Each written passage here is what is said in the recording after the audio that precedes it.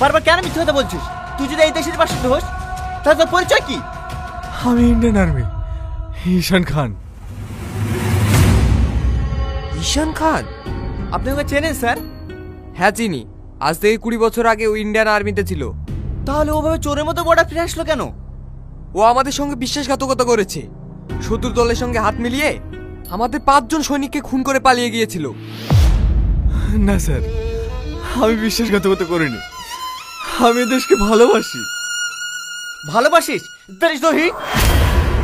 দাঁড়াও টনি, ওর বিচার এই দেশের আইন করবে। ওকে কোর্টে চালান করো।